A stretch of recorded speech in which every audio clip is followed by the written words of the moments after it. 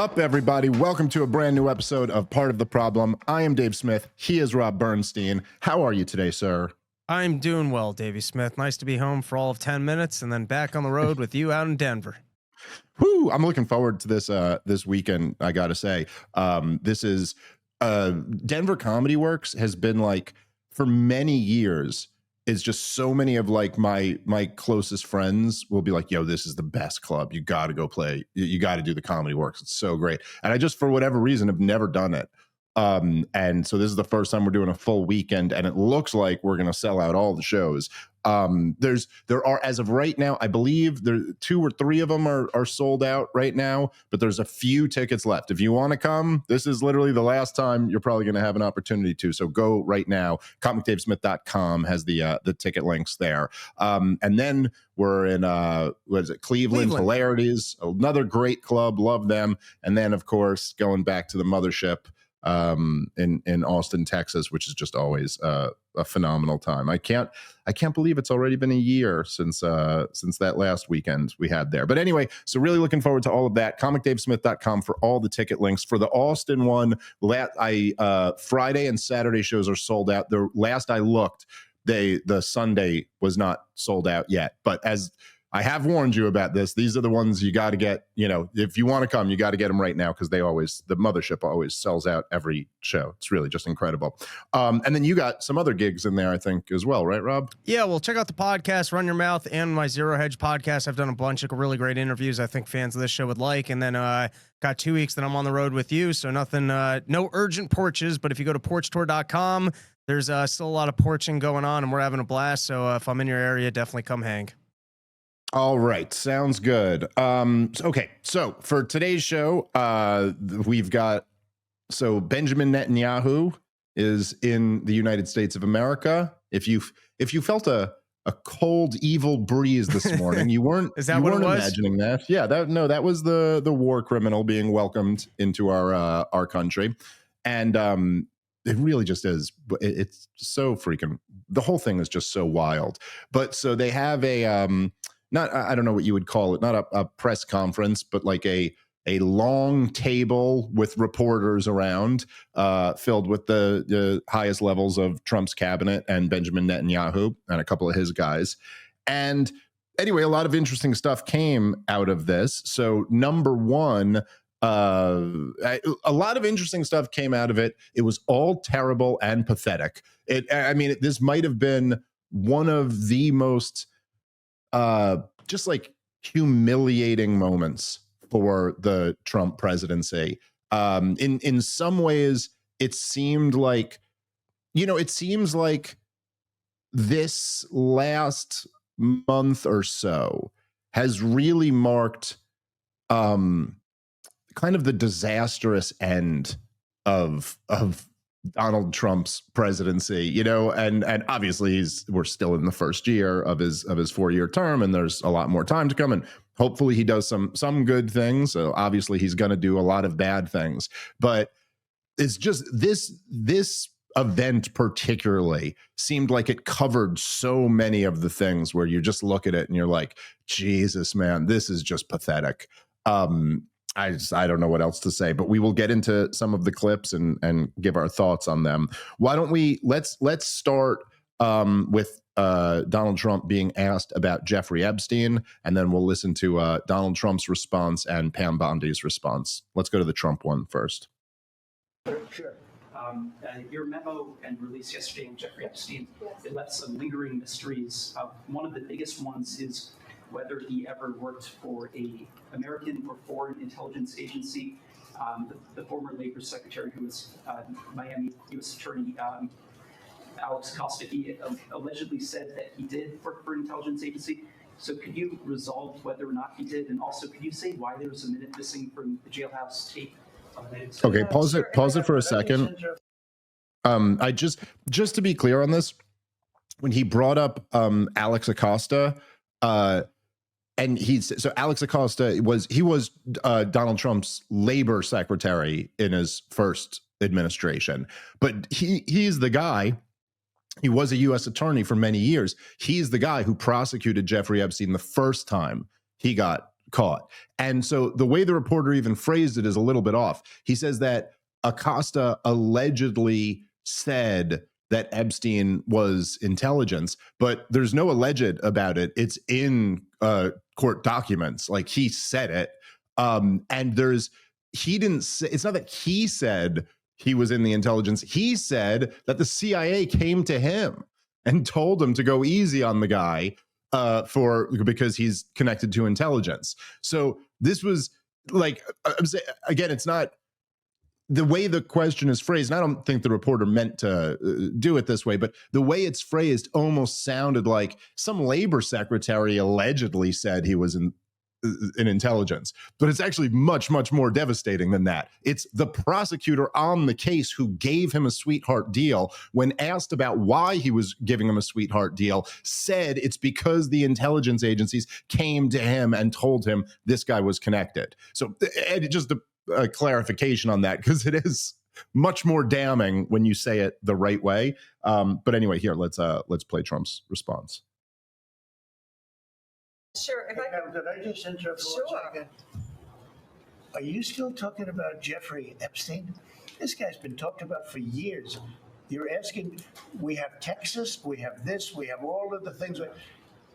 And are people still talking about this guy, this creep? That is unbelievable. Do you want to waste the time, and do you feel like answering? I don't mind answering. I mean, I can't believe you're asking a question on Epstein at a time like this, where we're having some of the greatest success and also tragedy with what happened in Texas. It just seems like a desecration, but you go ahead. I mean, sorry. That's the most pathetic thing I've ever seen in my fucking life. This is like, it's like on the level, because, you know, I mean, they had some time to prepare for this, right? Like, what was it? This is 36 hours after it was reported that they were covering up the Epstein thing. So it's like they had some time. But why is Donald Trump responded like your girlfriend went through your phone and found out you were cheating or something like that? And it was like, what about, how could you do this? Privacy. What are you? Well, you can't go through my phone. It's like, dude, they already found out. Like, what are you talking about here? This is his thing. You ask me that now when there's floods? There's floods in Texas. What are you talking about? We're doing so many great things and so many bad things. How do you ask this question a day and a half after we dropped it? Why would you ask me this question now? How dare you bring this up the first time I've faced reporters since we announced that we're covering this up? Like, what type of response is this?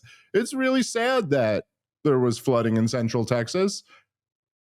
So now, anyway, about Jeffrey Epstein, like, what? I don't even know what to say to this. This is just so fucking pathetic. You couldn't come up with anything better than that. And of course, what Donald Trump here does, right, is he's trying to get Pam Bondi to not even say anything. He's going, oh, this is ridiculous. Like, why do you? She was asked the question. He interrupts and goes, do you even want to waste your time with this? And this guy's asking about Jeffrey. People have been talking about this for years. He goes, yes, Donald Trump. People have been talking about it for years. You know, some of the people who were talking about it for years were you, when you promised to release all of the files. Pam Bondi, when she promised to release all of the files, said that the client list was on her desk, then, like, essentially humiliated a bunch of right-wing influencers by saying that they had given them all of the stuff. Your FBI director, your deputy FBI director, yeah, they were the ones talking about it for years. The point was that was supposed to culminate in you releasing the information, and now you've gone back on that. I don't know, Rob. This is the most nonsense answer ever. All right, guys, let's take a moment and thank our sponsor for today's show. It's a brand new sponsor, and we're very happy to have them on board, and that is the Wellness Company. Does your immune system feel compromised ever since COVID? A new study published in the Journal of Clinical Laboratory Analysis suggests you may not be in the clear even if you feel fine. Researchers analyzed blood from people who had recovered from COVID and found something concerning. Their platelets, which are essential for healthy blood clotting, were not functioning properly even months after recovery. Other studies had found lingering spike proteins in the bloodstream and organs, causing immune system dysfunction and even mitochondrial damage, whether from the virus or the mRNA shots. This is why Dr. Peter McCullough, the hero through COVID, developed Ultimate Spike Detox, the doctor-formulated blend including nattokinase to help break down spike protein, bromelain to support immune health, and turmeric with black pepper to reduce inflammation and repair cells. Take back control of your health today. Visit twc.health/problem and use the promo code problem for 10% off plus free shipping. That's twc.health/problem, promo code problem for 10% off and free shipping. All right, let's get back into the show. I already swept this under the rug. Why are we looking under the rug? I already swept it there. This feels like a Biden with nobody saying that. Nobody said it. Really? Well, because I asked you it because I just read it in the newspaper. So people are saying it. This is, I mean, we already said on the last episode, at a minimum, it's showcasing the fact that they don't want to look into this and they don't want to have transparency. And the fact that this didn't happen a week ago, this didn't happen 2 months ago, it's not on the day he bombed Iran. This is a very reasonable question to be fielding at a press conference, particularly if you're sitting next to Pam Bondi the day after it happened. It's also, I mean, Donald Trump's pretty good on news optics. I think this is the most widely reported story right now. Everyone's interested, the same as everyone was interested when they said, hey, Epstein killed himself. And then, you know, the entire world was like, I don't think he killed himself. And so now it's the day after you guys are brushing it under the rug and people want to know, so why are you brushing this under the rug? What is the information here? Can you give us a spin? Can you give us a story? And Donald Trump's just going, shame on you for even asking us that question. We have other things to deal with. And it's a, by the way, fair question about the footage, which I'm going to guess they're going to say it's a reset at 11:59 to new security footage or whatever. But Pam Bondi's right there. You released information yesterday that has clear questions about it. The idea that you're not going to have to field these questions is pretty ridiculous. It really reminds me of, I don't know, do you ever see the, goddamn, it was the best sketch show ever, but on the Chappelle show, he did like a Black Bush, where he was, this was during the George W. Bush years, where he was President Bush or whatever. And he's at one point, they're like, he's at the press conference and they're asking him about the war in Iraq. And they're like, sir, you said there were weapons of mass destruction and then you invaded the country and we have found no weapons of mass destruction there. And Dave Chappelle, playing Black President Bush, goes, why do you guys keep asking me about the war? I got that under control. He goes, what you got to worry about is there's gays getting married. And like, it's just hilarious. It's literally on that level. Like, don't ask about that. Don't ask about that. There was flooding in Texas. This is really, we're doing so many great things and so many sad things, and you're asking about this hugely relevant story. All right, let's go to... Sometimes Donald Trump blusters just on full display that he doesn't want to ever have to explain himself or give any reasoning, and that is kind of his marketing tool, is just always harping on best, greatest, I did it, it's going to work great, just wait and see, it was Biden's mess. He kind of never gives any reasoning ever, and that kind of works on a lot of people. It's like a hypnosis of Donald Trump just going best, greatest, no, it's going to work. And he does a good job of never even like opening up the cans of worms of people's questions. And so I think for a lot of the Trump loyalists that buy into it, you're kind of seeing on full display, this is who Donald Trump is. And at the moment, he is trying to brush this under the rug. He doesn't want to discuss it. And so he's going, shame on you for even bringing this up. There's no reason to get into it.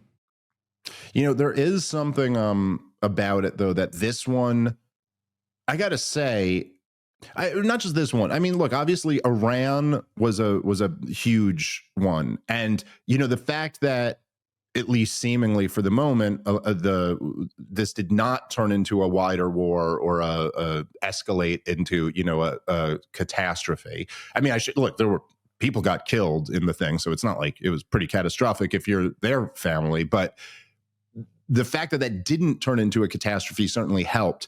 But there was no question, like, the Iran thing, you know, really tore at Trump's base and really divided MAGA, and obviously with, you know, the hawks on one side and the really non-interventionists on the other.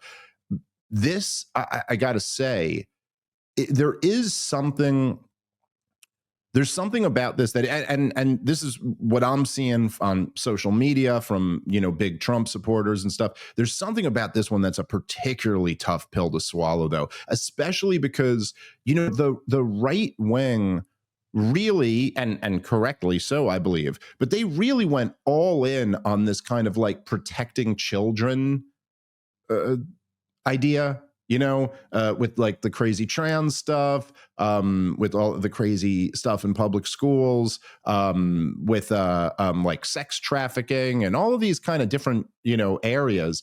They really like to find a way to just, again, like I said yesterday on the show, I don't want to repeat myself too much, but it's not just like you're covering up criminal activity. You're covering up the systemic rape and torture of children. This is just that's too evil, man. Anyway, here is Pam Bondi's response after that.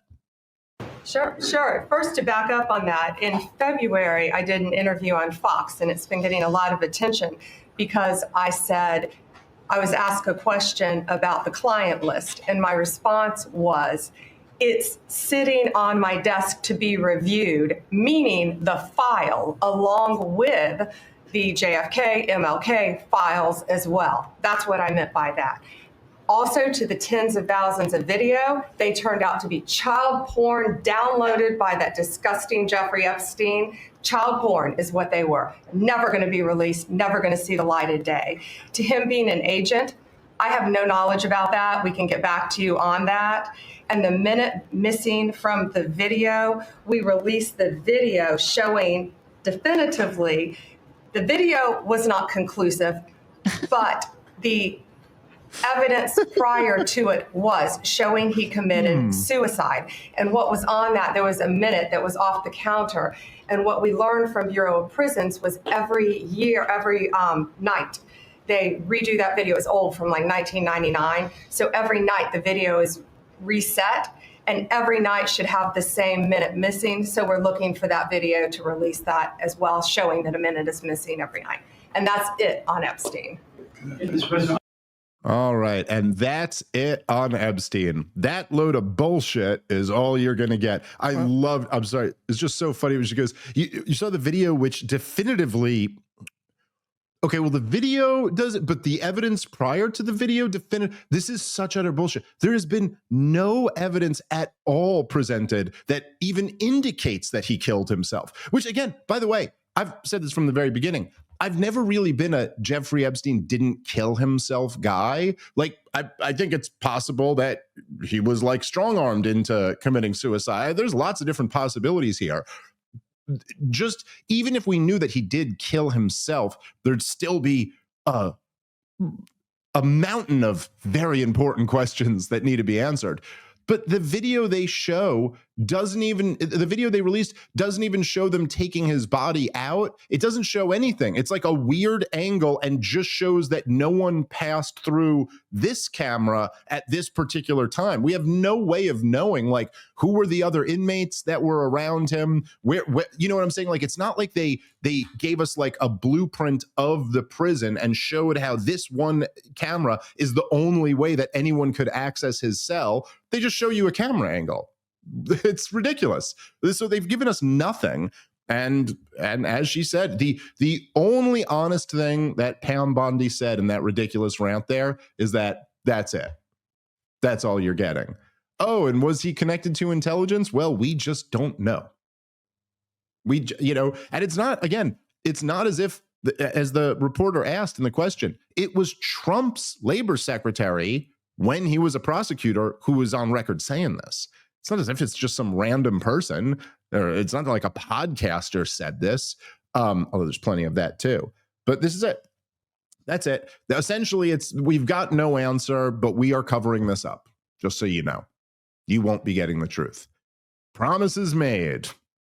Promises broken. Well, you got some big questions left on the table, which is, firstly, what happened to the safe that you guys took out of his apartment? Is that still missing? Have you looked into the chain of command of or chain of custody when that was taken out of his apartment? Is that the porn that you're speaking of? Like, did you guys actually find that safe? Because it was last reported that safe went missing. So is that still missing, or is that the child porn that you're speaking of? Also, I guess there's a question of why is Ghislaine Maxwell still in jail if apparently, I guess they weren't committing any crimes other than that Jeffrey Epstein was watching child porn, in which case Jeffrey Epstein should be responsible. But then what exactly is Ghislaine Maxwell even in jail for? And then still just kind of leaving it open-ended there where she doesn't really want to address. I haven't seen anything about whether or not he was in intelligence. All right, so that's not conclusive. So does that mean that you guys still haven't investigated that? You're not looking into it? Why have you decided not to look into it? What did you see that made you, because that's not even saying that you saw evidence that he wasn't. You're just saying that you have no knowledge of that. I thought that this information was on your desk to review. So how did you not come to a conclusion to one of the stories that I think at a minimum we were promised transparency on? But once again, it's just them going, we're moving on from this. And I do think they're testing the TV antenna of just how much people are going to harp on the point and let them get away with it. And who knows, maybe they'll flip-flop on this and readdress it. But at the moment, they're certainly channeling that their desire is to just brush this under the rug and move on. Yeah, dude, it's so absurd, the amount of things that they're asking you to accept. When you say, so, okay, like you hit a really good one, which is that if you're saying that Jeffrey Epstein didn't traffic girl, he didn't have clients, he wasn't getting girls for other people, so he was just getting them for himself. Oh, okay, like you said, why is Ghislaine Maxwell in jail? What are we talking about here? If there's no client list and there was no, okay, and if you're saying here, which is officially what they've said, that he wasn't getting underage girls for other people and he wasn't blackmailing other people and he wasn't connected to intelligence, why are the files that you released so heavily redacted? Then it's not connected to anything. If this is just the story of one pedophile pervert who's dead, why would anything be redacted? Why wouldn't you just release all of the information about this guy and prove all of us wrong? And then, you could say, hey, look, there's nothing here. That's a pretty big question. Also, I mean, like, what are we even talking about here? So you're claiming, look, there's a photograph of Bill Clinton getting a back rub from one of these girls. Alan Dershowitz already admitted, remember he said he didn't take his underwear off, but he was just getting back rubs in his underwear. Like, so that's what we're to believe? That Jeffrey Epstein was getting these underage girls who he was having sex with, but then he was also just getting them to give massages to like presidents and princes and high-powered lawyers. Like, what? This is just too ridiculous.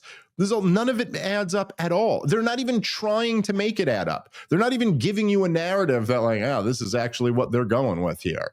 Like it's an insult. It's an insult to all Americans and particularly to people who are Trump supporters. You need Stephen Hawking's wheelchair. I heard that it has the permanent record. There you go. All right, let's move on to the next one. Let's go to the Netanyahu stuff. So this is the YouTube video that Rob sent Natalie. Let's check that out. Mr. President, again, real quick on Iran. In your view, is the war between Israel and Iran over, or do those talks need to happen before you can? Well, I would say that the best man to answer that is the Prime Minister. But I will tell you that in my view, I hope it's over. Yeah, I think Iran wants to meet. I think they want to make peace, and I'm all for it. Now, if that's not the case, we are ready, willing, and able. But I don't think we're going to have to be. But I think Bibi would answer that question very well. Can you just pause already? I think we could partnership. Because, I mean, I think that should infuriate all Americans to reference it and hand it over to Netanyahu to be making this decision. This should not be his decision. America first should mean we should have our opinion of what's necessary for us. It should not be for another world leader to be making a decision about what the security risk is or what American involvement needs to be. That's one. It's truly unbelievable, Rob. I mean, it's like to sit there and go, the president of the United States go, well, I certainly want the war to be over. I don't want to get into a war, but I got to throw it over here to Benjamin Netanyahu to really let you know whether or not we're going to be in more of a war, which Benjamin Netanyahu, of course, leaves the door open for. But I'm sorry, what else were you going to say? Well, and then it just speaks to kind of the way that Donald Trump handles business, which is, as of late, I think if you're trying to prevent Iran from getting a bomb, maybe we're in a better position because he took out more of their scientists. and maybe you spooked him into not wanting to pursue it.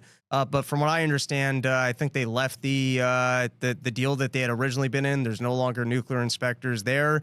I don't think they've engaged really in direct talks with us since then. And Donald Trump has basically just been saying, well, can you imagine that they would even consider pursuing it after I spanked them this hard? And it's not a lot of reasoning or intelligence here. And by intelligence, I'm not calling Donald Trump dumb. I'm saying it's not like he's speaking to intelligence reports. Right. What he's talking to is just fantasy land of, I think that this is dealt with because that would be the better thing. So I'm just going to keep talking to it being dealt with. But, you know, it just, even this feels like quite the walk back from absolutely obliterated, or we're not looking for regime change war. We're not looking for anything else because the one thing that we needed to deal with is done, to now you're being asked the direct question. Do you actually think that this situation is handled? And, you know, you should be able to be consistent in this and go, yeah, we had one problem with them, which was pursuing nuclear arms. They are no longer capable of doing that. So we have no reason to discuss it anymore. But he doesn't even seem to be sticking with that lie from 2 weeks ago, that classic Donald Trump, when he is asked a question he actually doesn't want to be on the record or handling, he will defer to the other people in the room and just kind of give like a little bit of his, well, I hope it's all handled, but I think this guy can give you more of the specifics. So it just already feels like a walk back from 2 weeks ago of absolutely obliterated, where he's not even willing to address, I guess, this new narrative of, do we actually have a regime change goal in Iran? Is this situation actually handled? Should be an easy question. Hey, totally obliterated. That was the only goal and we're done with. But he doesn't want to say that. Yeah. And of course, as everybody forgets now in the history of this 12-day war, but for the first 4 days of the 12-day war, the talking point they were going with was that Israel had totally obliterated Iran's nuclear program, that they didn't need help from the United States. All they needed was America to shoot down the missiles that were coming back in retaliation against them. They didn't need America. They were all bragging about it. And then they were like, oh, wait, no, actually, we do need America. Then we take it. Now they're right. It's just all of it. It's all pure just lies. Total bullshit. How anyone doesn't see through it is beyond me.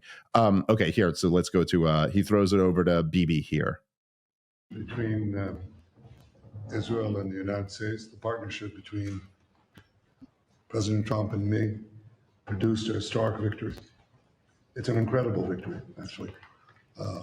It brought the greatest capabilities of the United States that are matched with the great capabilities of Israel and the army of Israel, pilots of Israel, soldiers of Israel, and the Mossad.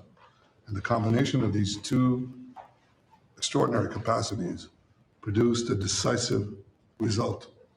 It set back the two tumors that were threatening the life of Israel, the nuclear tumor and the ballistic missile tumor, because they were planning to build 20,000 of these things and launch it on a country the size of New Jersey.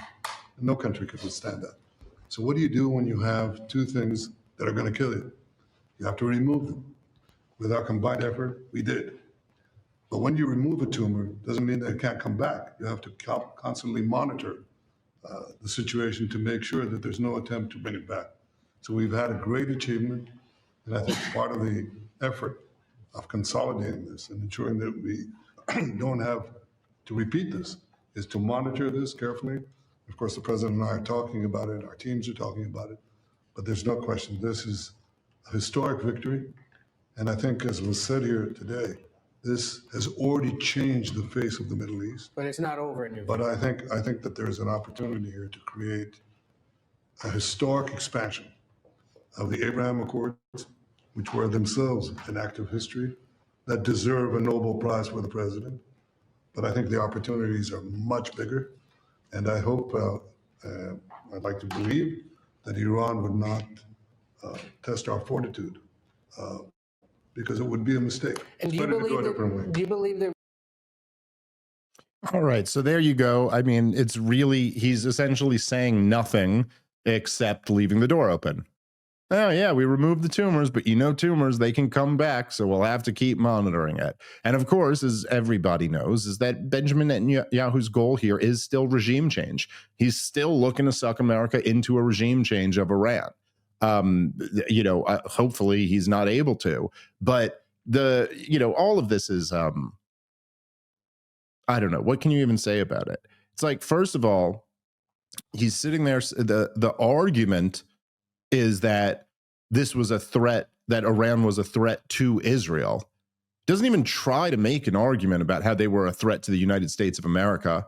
It's not even a thought that should be included in there. It's that this was a threat to a country the size of New Jersey. Can't stand this. But our great partnership came through to get. It's like a welfare mom talking about her partnership with the government. It's like, partnership? You get stuff for free. That's not a partnership. It's a parasitical relationship. And, to say that, first of all, this idea that Iran was such a big threat to Israel is also just totally invented. I mean, Iran has only attacked Israel directly. Like, the Iranian military has only attacked Israel in response. They attack Israel in response to Israel bombing them or killing Iranians in Syria or something like that. And again, what they typically use when they go after Iran is that Iran's, proxies, basically anyone who's ever done business with them is now, Iran is responsible for them. But like, bombing Iran didn't change their ability to sell weapons to Hezbollah. You know what I'm saying? Like, none of that's been changed by this. Of course, Israel, this is an important detail of the 12-day war, is that after Trump dropped the bunker busters on their nuclear facilities, Israel just started bombing regime targets that had nothing to do with Iran's nuclear capabilities. So, it's there you have it. Here's Donald Trump. You're not getting Jeffrey Epstein. You're not getting the Jeffrey Epstein information. Benjamin Netanyahu will dictate our war policy. And President Benjamin Netanyahu says the door is still wide open.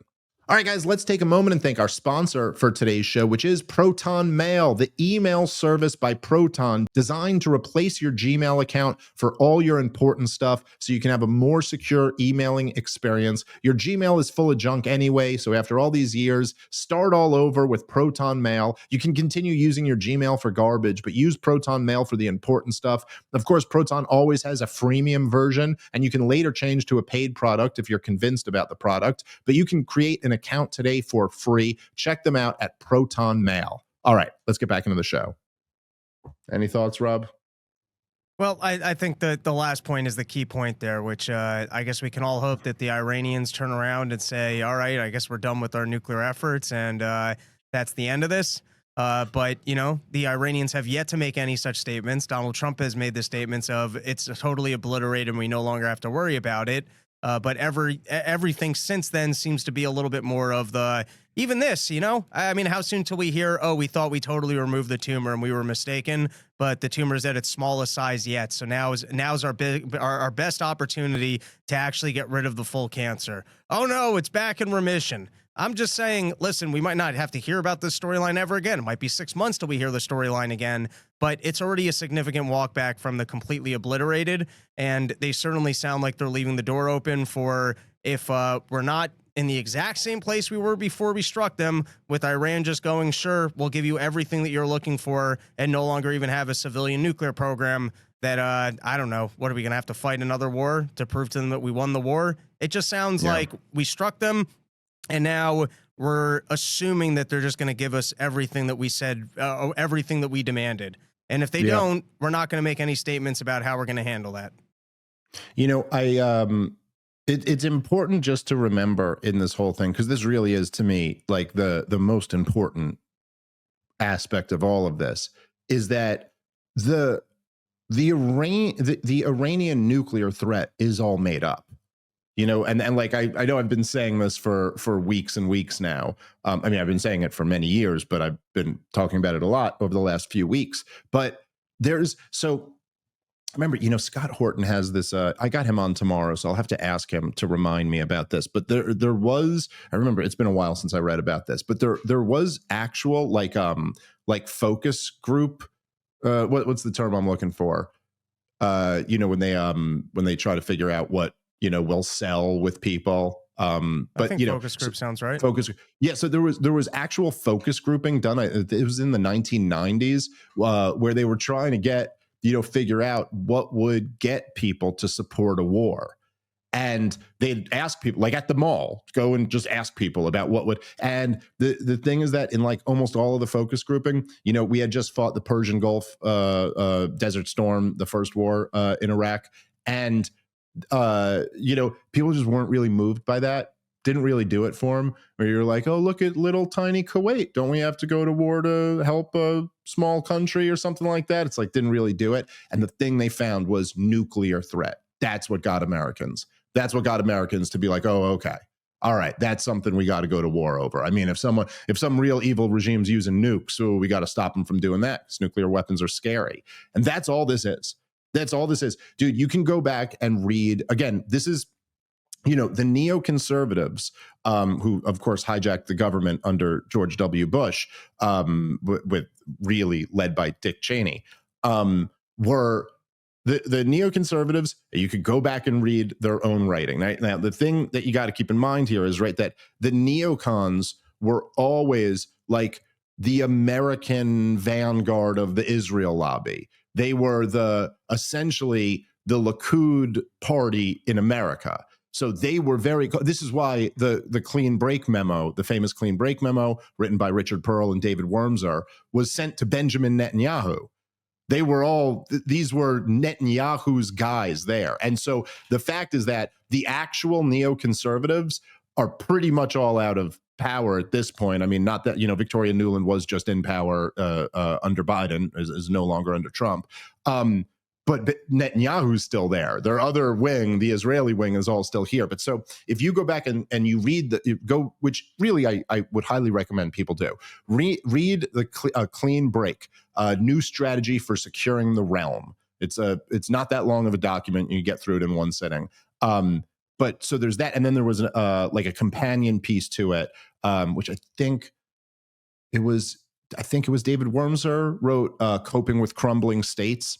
And you can look the whole thing is basically the idea. I've talked about this many, many times on many shows, but the idea, the clean break was a break from Oslo. It was a break from the peace process, a break from the promise to give the Palestinians their own state. And the idea was that essentially, like, if we can overthrow all of the Arab regimes that support the Palestinians, then Israel never has to give the Palestinians a state. They can subjugate them forever and slowly ethnically cleanse them out of their land, and the Greater Israel Project can proceed.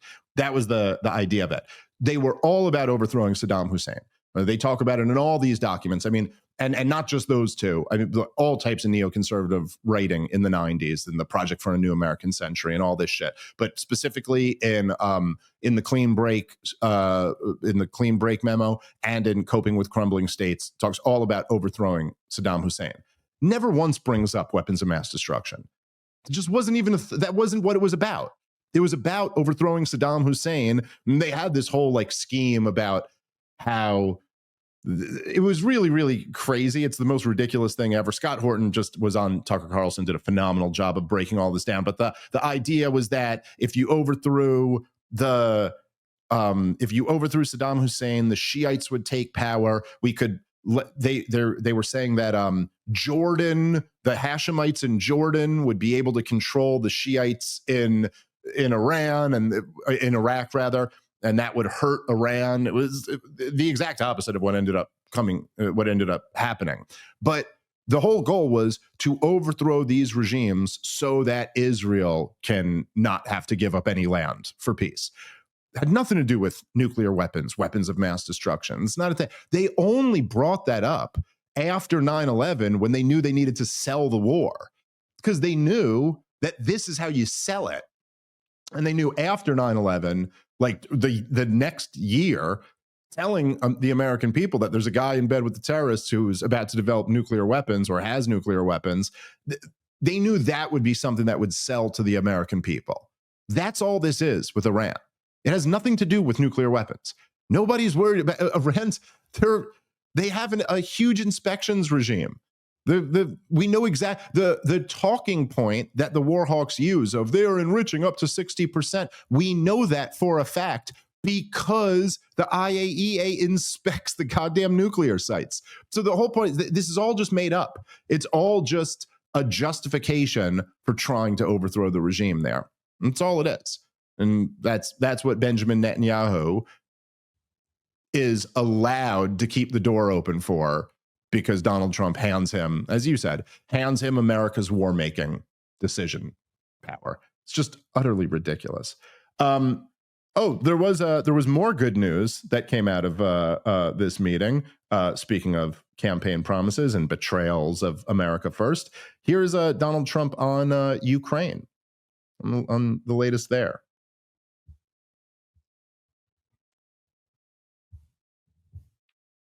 On Ukraine, Mr. President, are you planning to send more weapons to Ukraine? We're going to send some more weapons. We have to. They have to be able to defend themselves. They're getting hit very hard now.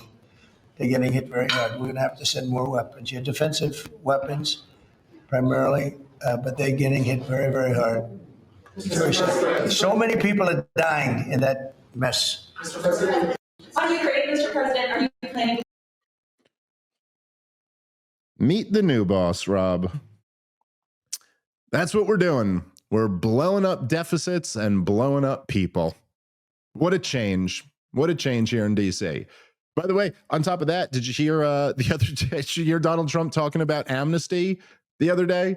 I don't know if he actually said the word amnesty, but talking about how, because there's all types of, the big, beautiful bill, another 1,000-page monstrosity. And there's all like, there's like the provisions that have to be worked out afterward. But he's talking about, well, the farmers and the workers, these are people who've been working there for many, many years. So he's walking back deportations, walking back the no new wars, walking back ending the war in Ukraine, blowing up the budget. I'm sorry, guys. I mean, this is all awful. Just terrible. And I think I think Donald Trump is somewhat actually contending with the reality that our economy needs some degree of immigrant labor. And because we don't really have legal channels for it, I think the number is like 10,000 low-wage workers a year or something like that.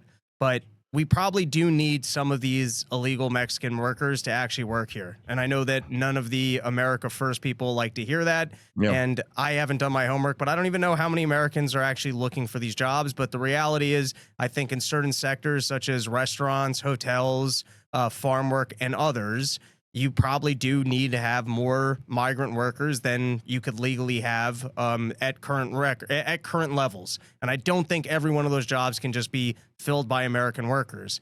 But now you have a bit of a problem where it's just preferred industries that if they can lobby Donald Trump's, then they get to keep Mexican workers. But if you're a small construction business, you can't.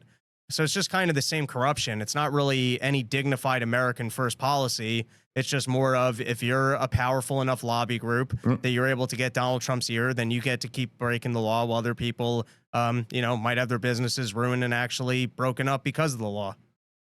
Yep, exactly. Yeah, it's really just the whole thing is freaking pathetic. And I think that, as I said on the last episode, the thing, I mean, there's several aspects to this, but one of the major ones is that you go like, look, Donald Trump is gone in 3 years. And there really isn't anybody in the Republican Party who has what Trump has. I mean, J.D. Vance is a talented guy. He has never demonstrated that he can carry a movement the way Donald Trump did. It's just the truth. I mean, I think he's better suited to do it now. I think like J.D. Vance, he looks the best he's ever looked, which is, not to be vain, but like that is a part of this. We are just smart monkeys, you know what I mean? And like that is something that human beings care about, like looking presidential. And he was chubby for a while and he lost some weight. And then he also had this thing where like when he was overweight, it always looked like he was wearing eyeliner. Do you remember those days and like the old pictures of him? Like he doesn't have that anymore. And he's a smart guy and he's good on camera and stuff, but like he doesn't have what Trump has. And the path for JD Vance to become president would be for this administration to be just overwhelmingly successful. And then for him to be like, look, let's keep this going. And this shit is just, it makes it like impossible. It makes it, what would he even run on? You know, what are you going to say? Oh no, we're really going to do the things this time? All those things we said we were going to do that we completely backed off of doing? Nah, we'll get it now. You're not going to be able to tap into that energy when it's just very clear to anyone paying attention that you've, the swamp drained you and you didn't drain the swamp. So, we'll see. All right, guys, let's take a moment and thank our sponsor for today's show, which is Antara Skincare, the secret to youthful skin. It's a peptide revolution. In the quest for youthful, radiant skin, Antara Skincare unveils the secret ingredient, peptides. Their scientifically formulated products are infused with powerful peptides, the building blocks of skin's natural resilience. Peptides dive deep into your skin, stimulating collagen production, reducing wrinkles, and restoring firmness. Whether you're combating the early signs of aging or nurturing mature skin, Antara's peptide-rich formula caters to all skin types. Experience the transformative power of peptides. With Antara, you're not just nourishing your skin, you're unlocking its youthful potential. Join the peptide revolution. Embrace the future of skincare with Antara. Check them out at antaraskincare.com/problem and use the promo code problem for 10% off your order. That's antaraskincare.com/problem, promo code problem for 10% off. All right, let's get back into the show. We'll see what ends up happening. All right, let's switch gears here a little bit because I did feel that I needed to respond to this piece. Ben Shapiro did another piece, not exactly about me, but I was included in it. And we already, listen, RIP, Ben Shapiro's already been destroyed and buried. We already had the funeral. This is just, this, I wouldn't devote an entire episode to this. This could just be a segment. Maybe we could call it Kicking a Lifeless Corpse. But it's nice that he includes you now, though. It is nice. It's it's been a big year for me, Rob, and so it's I've made it to the level of being included in this. But there was Ben Shapiro did a piece kind of gloating over all of the non-interventionists being so hysterical about Donald Trump bombing Iran when there was never any risk of a war or anything like that. So let's play this piece and we'll respond to it. President Trump was never, ever going to get us into a nation-building project in Iran. That was never. Have you met President Trump? Have you watched him for the last 10 years? What unbelievable lack of faith it shows in President Trump for people to suggest that Trump, of all people, was going to get us into World War III on a nation-building exercise in the Middle East. Are you out of your damned mind? And I think that it's actually worth there. First of all, what a lack of faith that it shows in President Trump. Like, I don't have faith in politicians. I think it's a weird word to use. Like faith, the belief absent evidence. Like, yeah, no, I don't have that. And to turn around now, I know they're all really loving this. To turn around now and go, oh, it's so ridiculous that anyone thought that Donald Trump was going to get us into a regime change, nation building war. I mean, sure, he started bombing a country, posting positively about regime change, and ordering an evacuation of Tehran.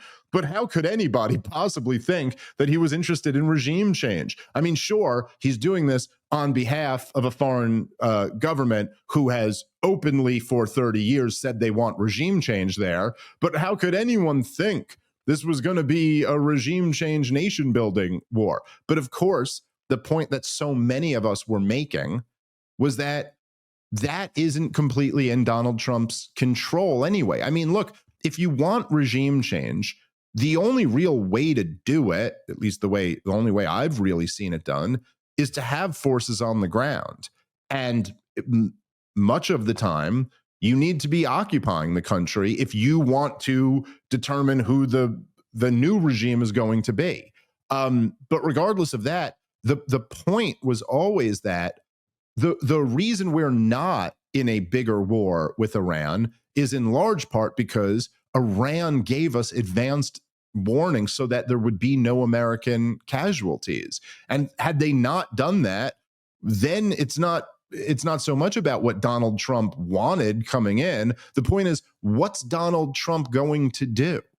Like, look, just it's so funny. There's such an irony here that the people like Ben Shapiro warmongering about the threat of Iran, their strategy here relies on Iran not being the crazy people that they claim they are. It's like, what if Iran, just a hypothetical, what if they really were as dangerous as Ben Shapiro makes it out to be and didn't care about their own survival?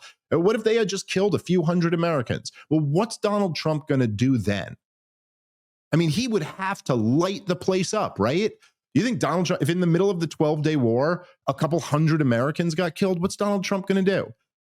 Okay, so what's their response then when Donald Trump starts lighting up the place? If they decided they wanted to go out with a fight, they, as all military experts have said, they can touch tens of thousands of Americans in the region, that is. Anyway, that's the point. So to sit here and say, oh, it was so stupid for anybody to be concerned about this turning into a catastrophe is just ridiculous. It makes no sense. All right, let's keep playing. While to replay the footage of the people who said this sort of stuff, because perhaps you should take their opinions with a grain of salt. Perhaps you should not take them quite so seriously when they claim they know what the hell they're talking about. If you got this one this wrong, that does raise some questions about just how seriously we ought to take you on matters of the factual. Yeah. Here's Cue Ben Shapiro on COVID. Go ahead, roll the clip. Yeah, isn't it unbelievable too? Like, there is something about this. So Ben Shapiro is essentially making our argument that track record really matters. If you got this one this wrong, then maybe we should never listen to you again. I mean, we just can't trust you. We should never take your opinions seriously. The guy, Ben Shapiro, okay, look, let's just say, for the sake of argument, let's say we got this one wrong. I mean, I don't think there's anything I got wrong. Play back whatever I said, or he's about to play one of them. I don't think I got anything wrong on this. But let's say we did get it wrong. Okay, so me getting it wrong, like my preferred outcome would have been we didn't do this at all. And that would have put us, Rob, in the terrifying position of being where we were a month ago. Literally, with Iran not having nuclear weapons, not having made the political decision to acquire them, actively in negotiations with the United States of America about bringing their enrichment levels down. That's the catastrophe that would have come from listening to me. Ben Shapiro spearled the war in Iraq. 1 million people died. The country was destroyed. And by the way, Baghdad was handed to Iran. Like, these are the consequences of his war. Ben Shapiro, from the biggest platform at the time, Ben Shapiro was still like the biggest conservative commentator, or one of them in America. What did he say during COVID, Rob? Get the vaccine, dopes. He was convincing right-wingers who were skeptical of the thing to get it. And of course, supported every draconian policy along the way. So like, what do you also supported the war in Ukraine, the war in Libya, the war in Syria, just all of them. Celebrated as Al-Qaeda took over Syria. So like, but he thinks he's still in a position to say, you got this one wrong, so therefore we should never take you seriously again. It really is just appalling. It's like, it's unbelievable with the track record of just utter destruction. I think you'd be hard pressed to find the major issue Ben Shapiro's ever been right about. Every major issue he's been on the wrong side of. And yet he's going to bring up track record now. Okay, Ben. Okay. There's a reason why this guy will never agree to debate me. Because it would be so much fun for him to say to my face, you're disqualified over your track record. And then to go, great, let's get into it. Let's get into where you were on COVID and where I was on COVID. Because the truth is, Rob, like where me and you were on COVID, Ben Shapiro's there right now. He just wasn't there at the time when it mattered. They all admit that we're right now.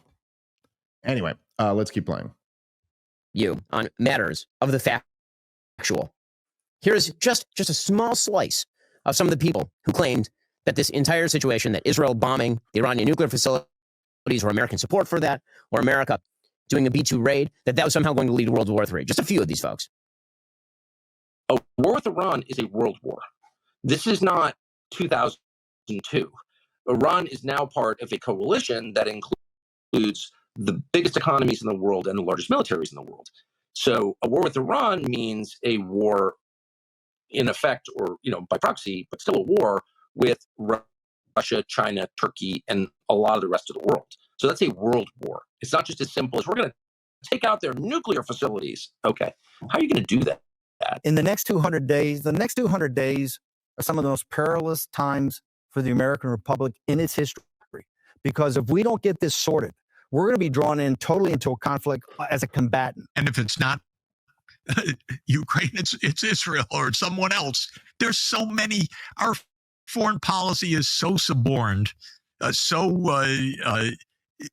much not in America's interest, so much used by the military-industrial state or particular lobbies in favor of particular places. We could be yanked into war for absolutely no consequential reasons whatsoever. This war, which we do not need to fight, which is not in our interest, has the potential to be devastating to our country, let alone the region. What is the moral relativism in any of that? Do you think that we are moving toward war with Iran? Yes, I do. And it looks like the chosen destination is indeed Armageddon. There doesn't seem to be any real appreciation for the implications for us and frankly, for Europe and the world, as well as the Middle East. Whatever you put the risk at here, which if this thing keeps escalating, the risk of this going to a real ground war, another war in the war on terrorism, let me be very clear when I say this. I don't know that America will survive this. We went into the terror wars in a much stronger place than we're going into this one. And this is a much tougher opponent than Saddam Hussein or Muammar Gaddafi. We didn't go into the terror wars $37 trillion in debt. We didn't go into the terror wars with the cultural and political and racial divides. We have mass protests in the streets right now over Donald Trump trying to enforce his immigration policy. This is going to be, this has the potential to be an utter disaster. America cannot have a war with Iran, by the way. It would lead to a regional war. It would be costly, bloody, threatening. I'm really afraid that my country's going to be further weakened by this. I think we're going to see the end of American empire. Obviously, other nations would like to see that, and this is a perfect way to scuttle the USS America on the shoals of Iran. These are the people who kept telling you it was going to be World War III. And there are lots of them. Lots and lots of people who are telling you it was going to be World War III. Now, I just want you to note the complete and utter disconnect from reality. Utter disconnect from reality. Last night, as Iran was firing, you could pause it here, like already. I don't know, Rob, maybe I'm not seeing, like, I do understand, again, on like the lowest IQ narrative where you could go, these people are warning of disaster. Disaster didn't come. Therefore, they were wrong to warn of disaster. But like, again, this is dumb. Whatever analogy you want to say, playing Russian roulette, driving drunk, doing any of those things, you could do that and not have it end in disaster. It doesn't mean that it was justified or it was an acceptable risk. And look, I guess I would say there were a couple clips in there, not of me, but there were a couple. Maybe you could say McGregor and Tucker should have like hedged a little bit more and said like the risk of this is very high rather than saying it like a little bit more of certainty. But even the clip he plays of me, I correct myself in it and I say, look, this will lead to disaster. I go, okay, this has a high likelihood of leading to disaster or an unacceptable risk or something like that. This doesn't prove anything. Like, I don't know, saying we should not take this action, it has a high risk of calamity, and then it not ending in that does not prove that it didn't have a high risk. I don't know what even the argument is here. I don't know. Any thoughts on any of this, Rob? The clips of you, I do not think prove his premise because I think the language used is this has the potential to be a disaster. Or you were using verbiage along those lines. So yeah. To say, hey, these guys said this will result in a war, and it didn't result in a war, so don't listen to them. That's not the statements that he took there. That's not what you were saying. You were saying this is a bad idea because it has the potential to be the following problem. So he's not really contending with what you were saying. Yeah. And again, like, he can make the argument that, oh, this was, you know, for me saying like, listen, I don't know that our country gets through another full scale Iraq like ground war type thing. And he could say, well, this was never going to lead to that. But again, that relies on it going the way that it went. That relies on Iran not wanting it because they actually fear their own, you know, destruction, which again undercuts the entire justification for why we have to worry about Iran getting a nuke to begin with. But all right, here, let's play a little bit more, see if he actually makes a point, and then we'll wrap up. Coordinated strike on Al Udeid Air Base, reported by everyone, coordinated. A vanity project in an attempt to prop up the Ayatollahs. Tucker Carlson took to the airwaves to lament the great tragedy that was befalling Qatar. And notice the hand-wringing. Notice the sackcloth and ashes. Notice the hand to the heart here. Notice the deep and abiding pain he feels, apparently, at missiles that didn't hit Qatar. And notice that he did not express any of that same pain, I noticed on this broadcast, about a jihadi suicide bomber killing 20 Christians at an Orthodox church in Syria the same day, or any of that same sympathy for the victims of October 7th. You can just it's just sort of fascinating. He also, just by the way, he did bring up that they did a whole segment when Scott was on about the Christians that got killed in Syria. So it's just wrong about, like, the first time he gets to a point, he's just wrong about that. But then Ben Shapiro is going to go, he goes, well, I didn't see you getting all upset about Israelis being killed or something like that, which is just so like, yeah, Ben, why does that have to be everybody else's priority too? Why? Actually, Tucker has, I mean, for years, he's been one of the lone voices of like people with really big audiences on like conservatives who have constantly been talking about the plight of Christians in all of these countries. It's one of the main reasons why he's so opposed to the war party. So Ben Shapiro's just lying or wrong as usual. But yeah, again, it's like he's talking about when Tucker Carlson, I believe, saw on his show, like, he got an update on his phone that the missiles were being launched, and he had a moment where he was like, man, I'm really praying for our country right now. It's like, yeah, Ben, like, some of us take war very seriously and are very concerned about it after the last 7 catastrophic ones that you advocated for. That this is your big own. Your big own is, I supported all of these wars that were utter catastrophes. Then I was supporting another one that didn't end in a catastrophe. And look at all these people who were warning that it might be another one. That's it? That's what you got? All right, Ben.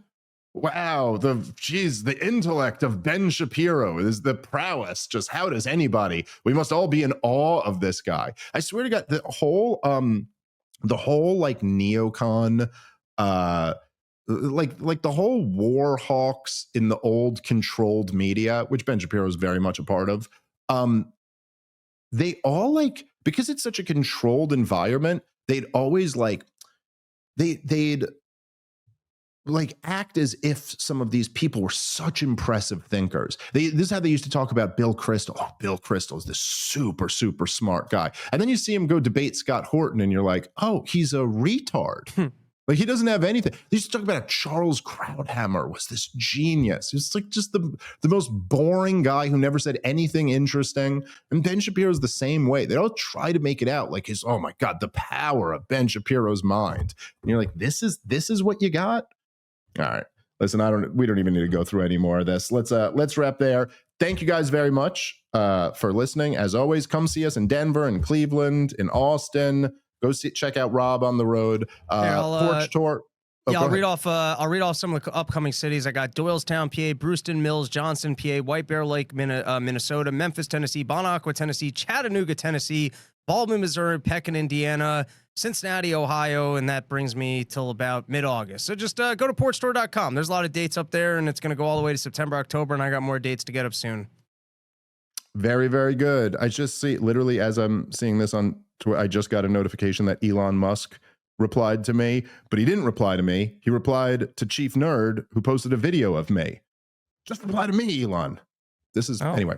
Let's get him on the show. Let's hear him out. See what is America First or America, I don't know. What's he calling it? The America Party. Oh, yeah, I forgot. We never talked about that. Well, you know what? We'll talk about that. Well, I got Scott tomorrow. So, well, I don't know. Next time, we'll get into that. Long of the short, I like what Elon's saying. Don't know about forming a new party, if that's a good idea. Okay. Thanks for tuning in, guys. Catch you tomorrow. Peace.